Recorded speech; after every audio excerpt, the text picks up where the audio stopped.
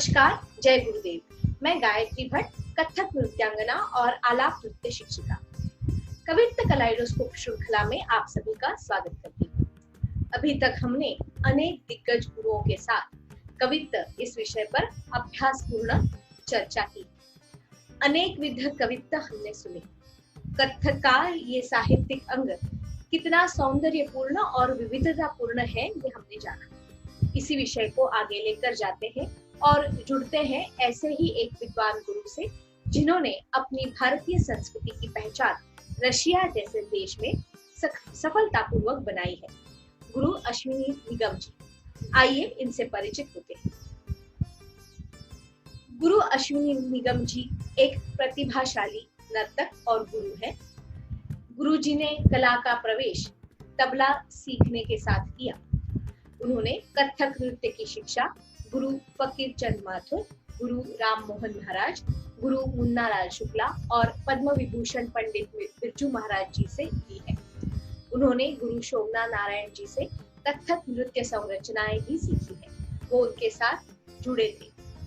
1996 में वे भारत सरकार के Indian council for cultural research यानी कि ICCR के तहत Jawaharlal Nehru cultural centre Moscow में शिक्षा हेतु नियुक्त किए गए और आज 2 दशक से अधिक वे कथक का प्रचार और प्रसार रशिया जैसे देश में कर रहे हैं। उनकी 25 से भी अधिक शिष्याएं अपनी खुद की नृत्य संस्था चला रही है। उन्होंने अनेक कार्यक्रम देश विदेश में किए हैं। अनेक विध बैले नृत्य संरचनाएं भी उन्होंने रची है। इसमें विशेष बात यह है कि उन्होंने ये सब लाइव रशियन सात संगीतकारों के साथ प्रस्तुत किया है। वे तरंग थिएटर नामक अपनी नृत्य संस्था चलाते हैं।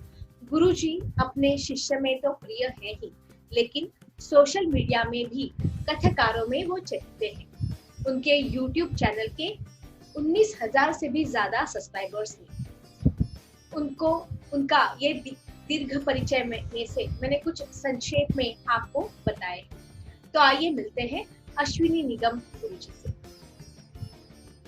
नमस्कार गुरुजी, आपका आलाप के कवित्त कलाइडोस्कोप में स्वागत। आज की हमारी ये 14th यानी 14वीं श्रृंखला की कड़ी है और आप इसमें जुड़े हैं, इसके लिए आपका बहुत बहुत धन्यवाद।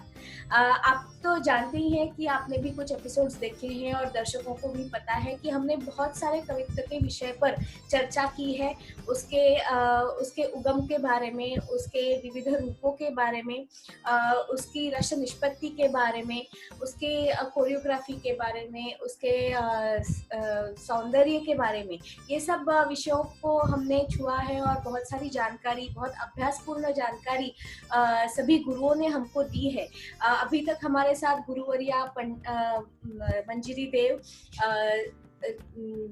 पद्मश्री सितारा देवी जी की पुत्री जयंती माला जी, गुरु नीलिमा ताई आध्य जी और एक युवा कलाकार पखवाज वादक विक्रांत देशमुख जी से हमने कुछ वार्तालाप किए और बहुत सारी जानकारी हमको हासिल हुई है। आज हम आपसे कुछ और कवित्व के बारे में जानकारी लेना चाहेंगे। जैसे कि ये एपिसोड्स बढ़ रहे हैं, कवित्व तो हम परफॉर्म करके छोड़ देते हैं, लेकिन जैसे कि ये विषय बढ़ रहा है तो ये इतना गहरा प्रतीत हो रहा है और इसके विषय में और जानकारी जितनी मिल रही है वो और अधिक इसको समृद्ध कर रही है, ऐसा मुझे लग रहा है। तो आज भी हम ऐसे ही कुछ जानकारियों के लिए उत्सुक हैं। तो शुरू करते हैं। आपका परिचय तो सभी ने सुना है और आपके इतना क्या बोल सकते हैं, समृद्ध और प्रतिभाशाली एक आप कथक नर्तक हैं। तो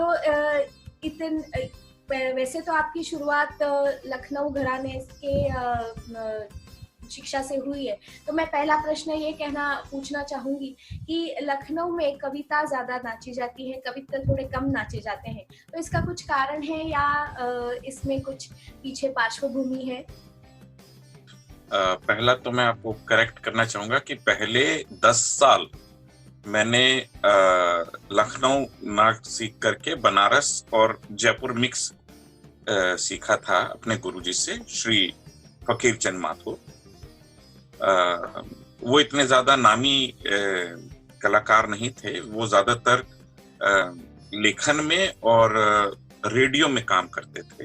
वैसे ड्रामिस्ट थे, वो ड्रामा करते थे। बहुत सारा समय उन्होंने मुंबई में गुजारा सितारा देवी जी के साथ, और तीरथराम आजाद जी के साथ दिल्ली में उन्होंने काफी समय गुजारा, इसलिए उन लोगों से मेरा संपर्क बना। मैं बात कर रहा हूँ सन 70 के दशक की, क्योंकि मैंने नृत्य में प्रभाकर किया था 1982 में मैंने प्रभाकर किया था नृत्य में, और उसी समय मेरा उन लोगों से काफी मिलना जुलना भी था। लखनऊ मैंने सीखना शुरू किया सन 87 से 87 से।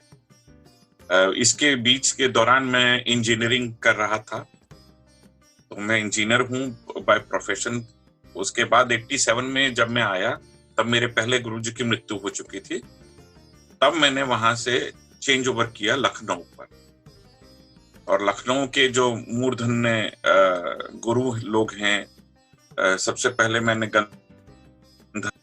गुरु सतीश शुक्ला जी से, फिर भारतीय कला केंद्र में सीखा राम मोहन महाराज जी से, फिर कथक केंद्र में सीखा गुरु मुन्ना शुक्ला जी से, और इसी ड्यूरेशन में मैं 84 से जुड़ा था पद्मश्री शोभ नारायण जी के साथ उनके स्कूल में। तो का जो कुछ मेरे को मिला वो इन्हीं लोगों से मिला ज्ञान। और उसके बाद मैं 3 साल कथक केंद्र के रिपर्टुआर में भी काम किया महाराज जी के अंडर। इस पूरे ड्यूरेशन में मेरे को किसी भी लखनऊ के गुरुजी ने कवित्व नहीं सिखाया, पर ये बातें हुआ करती थी कि भाई मुंबई में लच्छू महाराज जी ने बहुत अच्छी अच्छी रचनाएं की हैं, तो वही जानकारी मिलती थी कि कवित्व अगर कोई लखनऊ में कर रहा है, कोई लिख रहा है, कोई कोशिश कर रहा है, तो वो मुंबई में लच्छू महाराज जी। तो उन्हीं के दक्ष यज्ञ करके एक बहुत, फिर बाजी बाजी क्या, इस तरह के जो हैं बहुत सारे, एक्चुअली में एक कहेंगे कि दुर्भाग्य है कि उनके द्वारा रचित कोई भी कवित्व लखनऊ का प्रतिनिधि नहीं नाच रहा, कोई नहीं नाच रहा। अगर आप प्रतिनिधि देखेंगे तो कोई नहीं नाच रहा। तो जिनके अंडर में रहा, इस तरह के कवित्व सिखाए नहीं। तो मुझे जो भी मिला वो उन लोगों से मिला जिनसे लखनऊ का सम्मान, जिनसे मेरा कोई संबंध नहीं था, मेरे गुरु नहीं थे। जस्ट किसी दोस्त ने बता दिया, तो किसी ने ये कि भाई ये महाराज जी की रचना है, ये उनकी रचना है, तो मिले। तो ये सच है, लखनऊ में कवित्व नहीं नाचा जाता, और वो नाचते। उसका एक कारण ये भी है कि शुरुआत से जो घरानों में बंटवारा हुआ, उसमें जो लय के साथ भाव पक्ष है वो जयपुर और बनारस ने लिया। लखनऊ ने उसको जो मानना है कि लय जो है वो भाव को, जब लय बढ़ जाती है तो भाव समाप्त हो जाता है। इसीलिए जो लखनऊ है उसने ठुमरी की विधा, गजल, जहां पर कविता तो है पर कविता का जो माध्यम है वो बहुत ही धीमी गति का हो गया। तो हम ठहराव बोल सकते हैं, ठहराव है उसमें। हाँ, नहीं, कवित्व में भी ठहराव तो है, ऐसी कोई बात नहीं, हर विधा में ठहराव है। क्योंकि नृत्य में कोई भी काम आप जब तक आप उसमें ठहर के काम नहीं करेंगे, तो समझना, ठहरना, उसमें डूब जाना ये जरूरी है, उसके बिना तो कुछ नहीं कर सकते।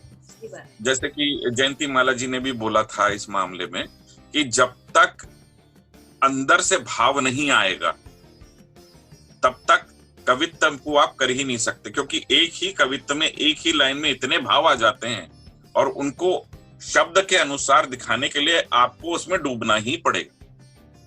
और ये सच भी है। कि जब तक आपको लिटरेचर की जानकारी नहीं हो, जब तक आपको कहानी की जानकारी ना हो, जब तक आपको लय का ज्ञान ना हो, जब तक आपको उसके साथ चलने वाले दूसरी चीज जैसे कि लहरा आदि है उसके भाव का ज्ञान ना हो, तब तक आप कवित्व नहीं कर सकते। ये तो पक्की बात। तो इसीलिए लखनऊ घराने में कवित्व नहीं नाचे जाते, उसमें ज्यादातर गायन शैली के ऊपर ही भाव प्रदर्शन होता है।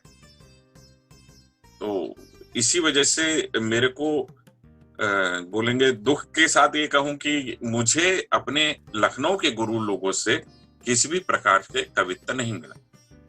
पर मैंने जैसा आपको बताया कि मेरे पहले गुरु जो थे वो बनारस और जयपुर दोनों घरानों का काम देखते थे।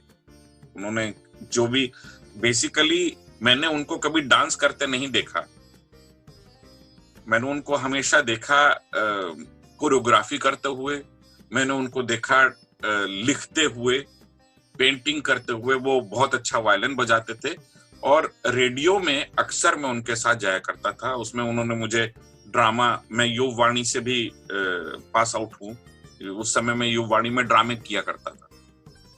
तो उन्होंने इसी तरह से शुरू से मुझे ये सिखाना शुरू, देखो इस तरह से वॉइस चेंज होनी चाहिए, इस तरह से तुकबंदी होती है, इस तरह से काव्य शक्ति बढ़ती है, कुछ बनाओ, कुछ सोचो। इस तरह से उन्होंने मुझे शुरुआत से क्रिएटिव बनाने की कोशिश करी। और आज मेरा सौभाग्य है कि उनकी जो सिखाने की शैली थी उसकी वजह से मैं बहुत आसानी से कवित्व को समझ लेता हूँ, बना लेता हूँ। तो ये गुरुओं का आशीर्वाद है। दूसरा, मेरा शुरू से इंटरेस्ट रहा था हिंदी लिटरेचर में। भले ही मेरे को अपने पिता के कंपल्शन की वजह से इंजीनियरिंग करनी पड़ी, क्योंकि मैं कायस्थ परिवार से हूं, तो गायन आदि खूब रहता है। पर नाचने का तो आप खुद ही समझते हैं, इंडिया में लड़का अगर नाचने लगे तो परिवार में बहुत दहशत गया, लड़का ठीक ठाक है कि नहीं है। तो मेरे पिताजी ने मेरे को फोर्सफुली कहा कि जो भी ठीक है वो करो, पर तुम्हारे को नौकरी करनी है। और उनकी बहुत इच्छा थी कि तो उन्होंने जबरदस्ती मुझे धकेल दिया इंजीनियरिंग। तो ये मेरा भाग्य था कि मुझे करनी पड़ी। मैंने 6 साल नौकरी भी करी इंजीनियर की तरह, वापस आ गया नृत्य में। पर वो जो ड्यूरेशन थी जब मैं अपने पहले गुरुजी के साथ था, तो उन्होंने मुझे बहुत सारे कवित्व दिए जो कि जयपुर घराने के थे, तो लखनऊ बनारस घराने के थे।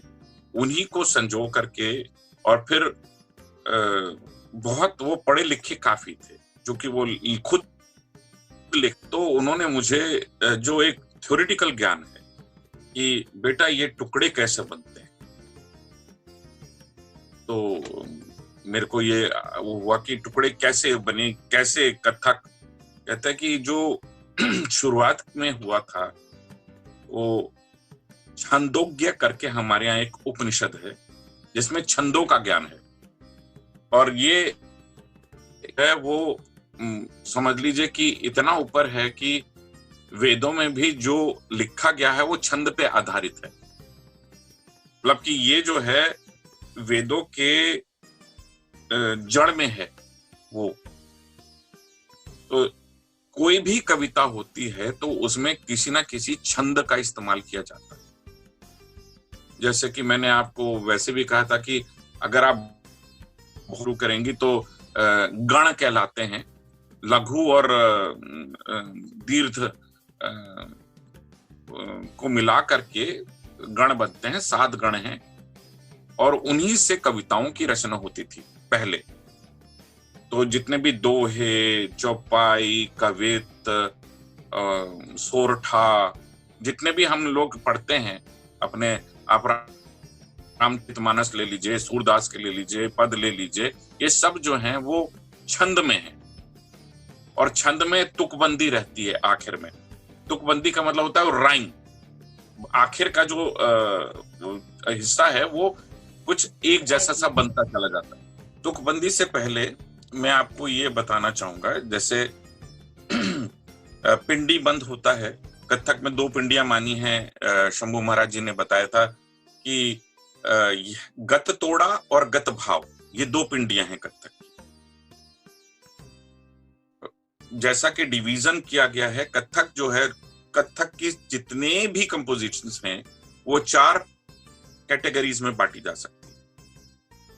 पहला है तालांगी, जो टुकड़े किसी भी ताल पर आधारित होते हैं या किसी भी ड्रम के बोलों पर आधारित होते हैं, वो सब तालांगी। तो जितने टुकड़े हम लोग नाचते हैं जिसमें धा तकंगा धांगी टुकड़ा है, या फिर धग दे धग दे धग दे धग दे, ये सब जिसमें तबले के बोल आ गए, पखावज के बोल आ गए, ये सब तालांगी। फिर आते हैं नृत्यांगी, इसमें आपकी आमदे सारी आ गई, ताथे दिगदा दिग दिग तराम, ये जितने भी शब्द हैं ये नृत्यांगी टुकड़ों के हिस्से हैं। फिर तीसरा आता है कवितांगी, जिसमें कविता ही हो, कोई दूसरा विषय ना हो, ना उसमें तबले के बोल होने चाहिए, ना उसमें नृत्य के बोल होने चाहिए। तो नृत्य के बोल एज अ कविता इस्तेमाल किए जा सकते हैं। और चौथा आता है मिश्रांगी टुकड़ा। आजकल जो हम कवित्त देखते हैं या जो हमें कवित्त सुनने में आते हैं, वो ज्यादातर मिश्रांगी कवित्त है, क्योंकि उसमें कविता के साथ टुकड़ों का मिक्स रहता है। तो जैसे कि बॉलीवुड में एक कवित्त बहुत ही मशहूर है और वो एक्चुअल में कवितांगी ही है, नीर भरन जमुना तट पर जब भर भर नीर उठायो, वो पूरा जो है कविता ही में समाप्त होता है। तो शुरुआत के जो कवित्त हुए, अब इस कवित्त का संबंध नहीं है। इसका मेरे को ये बताने का एक ये भी कारण है कि जो हम लोग कहते हैं कि कवित्त नाच रहे हैं, तो हम लोग एक्चुअल में कवित्त नहीं नाच रहे हैं। कवित्त तो एक छंद का नाम है, और वो छंद जो है वो बिल्कुल डिफरेंट है उन कवित्तों से जो कि हम नाच रहे हैं। एक्चुअल में वो कवित्त जो बना है, शब्द जो कि हम इस्तेमाल कर रहे हैं, वो कवितांगी टुकड़ों से बना है, कविता से आया है, ना कि कवित्त छंद से। जब हम कविता नाच रहे हैं तो उसी को कवित्त, शॉर्ट करने का जो है वो हम इंडियंस को बड़ी शौक रहता है, फटाक से उसको शॉर्ट कर दिया कवित्त। पर इसका कोई भी संबंध उस छंद से नहीं है, क्योंकि अगर कवित्त ही नाच रहे होते तो वो एक ही छंद पे समाप्त हो जाता। फिर तो हमारे पास बंदिश हो जाती कि हमें तो कवित्त छंद पे ही नाचना है कवित्त, पर हम तो कवित्त बहुत ही दूसरे छंदों पे भी नाचते हैं। तो इसका जो जड़ है वो कविता से है, ना कि कवित्त से। तो यहां पर आकर के थोड़ा सा फर्क हो जाता है। दूसरा, अगर आप कभी भी ध्यान दीजिए तो ज्यादातर कवित्त, मैं तो कहूंगा कि ऑलमोस्ट 100% कवित्त जो हैं वो 4 मात्रा में बटे रहते हैं, 4 या 8 मात्रा के किसी भी ताल में होते हैं। वो उनका जो छंद का बंटवारा है वो 8 मात्रा के बेस पर ही होता है। बहुत कम आपको कवित्त मिलेंगे सुनने में जो कि में हो। एक बहुत ही मशहूर कवित्त है गोपी कृष्ण जी के, उसका षोडश कला विराचे छवि साजे, ये एक ऐसा छंद है जो 11 मात्रा में बटा हुआ है। अच्छा गुरुजी, क्या आप हमको थोड़ा सा विस्तृत रूप से बताएंगे कि 8 मात्रा या 4 मात्रा में जैसे कुछ उदाहरण देके, जैसे ये षोडश कला विराजत छवि साजत पूर्ण चंद्र शरद रैन अति प्यारी। अगर आप इसकी ताल में गिने तो ये 11 मात्रा का छंद बन रहा है। अच्छा, या फिर 3.5 मात्रा, एक लाइन जो है 5.5 मात्रा की बन गई, षोडश कला विराजत छवि साजत, ये 4.5, ये 4.5 है। पर ये क्या कर रहे हैं, इन्होंने 3 बार लिया तो ये बना 33, 3 ताल में फिट आ गया, 32 में आ गया। अब 33वीं मात्रा से इन्होंने दूसरी लय पकड़ ली, दूसरी लय त्राम त्राम वहां से पकड़ा, फिर उन्होंने उसको तीसरी जाति में पकड़ के फिर वो सम पे आए और वहां से फिर उन्होंने वो 11 मात्रा का छंद पकड़ा। मेरे सामने अभी है दिमिक दिमिक ताथैया आथैया तक तक तक दिग दिग दिग बाजत बीन मृदंग मृदंग झांझ डप मुरचंग मुरली बजत। तो उसमें अलग अलग लय के भी विविधता दिखाई दे रही है। आप ये बता रहे तो अभी मुझे वो क्लिक हो रहा है कि ये ऐसे इसीलिए उसमें इतना छंद का या लय का विविधता दिखाई दे रही है। बहुत ये एक बहुत ही रेयर चीज मैंने देखी जो कि जयपुर घराने में या बनारस घराने में नहीं मिलती। महाराज जी का रचा हुआ है षोडश कला के राजा। हाँ मालूम। अब और कोई कविता जैसे नीर भरन जमुना तट पर तट पर जब भर भर नीर उठाए गगर तब डगर चलत मोहि चिड़त लंगर तब। तो हर जो बटा हुआ है वो 4 पे बटा हुआ है, 4 से 8। या फिर बेटा जूट मद गंग झलक कत चंद्रभाल अललाट चमक कत मुंडमाल गल शेष धरनि धर पार्वती पति। सब 4 में बटा हुआ है। और आप किसी दूसरी ताल में भी देखेंगी तो जितना भी नाचा जा रहा है वो सब 4-4 या 8-8 के छंद में बटा रहता है। और अल्टीमेटली वो क्या करते हैं कि एंड में तिहाई जो लेते हैं, हर कवित्व में एंड ज्यादातर तिहाई द्वारा ही होता है, तो उस तिहाई को उस तरह से मैनेज कर देते हैं जो कि पे मिल जाता है। ज्यादातर जितना भी खेल होता है वो तिहाई का ही रहता है। ज्यादातर कवित्व जो है वो 4-8 के बीच में रहते हैं और एंड में आकर के वो तिहाई बना करके समाप्त। जैसे डॉक्टर पुरुदधीच का वो है मुरली अधर धर कृष्ण मुरारी डूबत ब्रज को आन उबारी नक पर। सब 4 में चल रहा है पर ये धमार में है। तो आगे जाकर के इन्होंने क्या किया, आप हमको ये पूरा बता सकते हैं कैसे? तो अभी जो मैं कविता आपके सामने पढ़ रहा हूँ वो ताल धमार में है। अच्छा। पर आप पहली 3 लाइन जो हैं वो देखेंगे वो 4-4 में बटी हुई हैं। पर जहां एंड आया तो उन्होंने तिहाई को 7 मात्रा का कर दिया। तो 7 या 21, सॉरी 8 या 24। हाँ, तो वो 24 जो है वो 14 का बना करके उन्होंने और बड़ी खूबसूरत तिहाई बनी उसकी। लहरा चल रहा है टे धा ग ते ते ता मुरली अधर धर कृष्ण मुरारी डूबत ब्रज को आन उपारी नख पर गिरिवर धारी मोहन मैं तो पेवारी। नख पर गिरिवर धारी मोहन मैं नख पर गिरिवर धारी मोहन मैं तो पेवारी। धे टे धा ग ते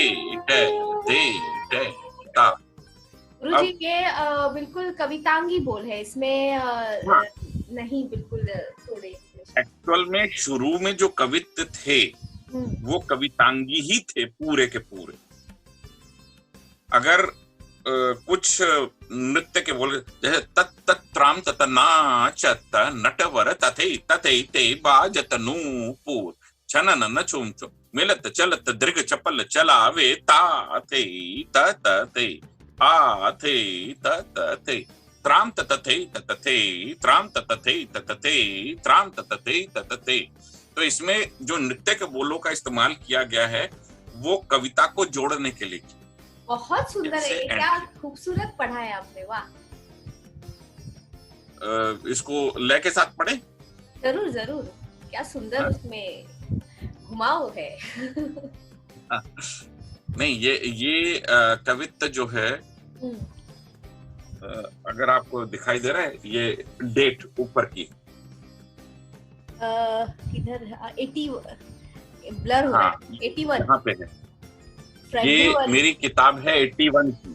अरे वाह अरे वाह। 81 में मतलब मैं ये पूरा का पूरा सिर्फ कवित्व ही कवित्व हैं इसमें। बाप रे गुरुजी आप इतना सारा जाहिर है मटेरियल है मेरे पास, इतना सारा मटेरियल है, और ऐसी जगह में आकर के फंस गया हूँ जहाँ पर लिटरेचर नहीं होता है। फिर भी आपने इतनी कोशिश की है। हम आपके जब वीडियोस देखते हैं तो सच में आश्चर्य होता है कि कितने भाव के साथ आपके सारे शिष्य इसको निभाते हैं। तो आपका ये सच में बड़ा योगदान है। जरूर इसको वापस हम सुनना चाहेंगे, आपके ये सुंदर से कविता को लय के साथ। त्राम ततना च त नटवर ताथे ताथे थे बाजत नू पूर न चुम चुम मिलत चलत दृग चपल चलावे ताथे तत थे आ थे तत थे त्राम तत थे त्राम तत थे त्राम तत थे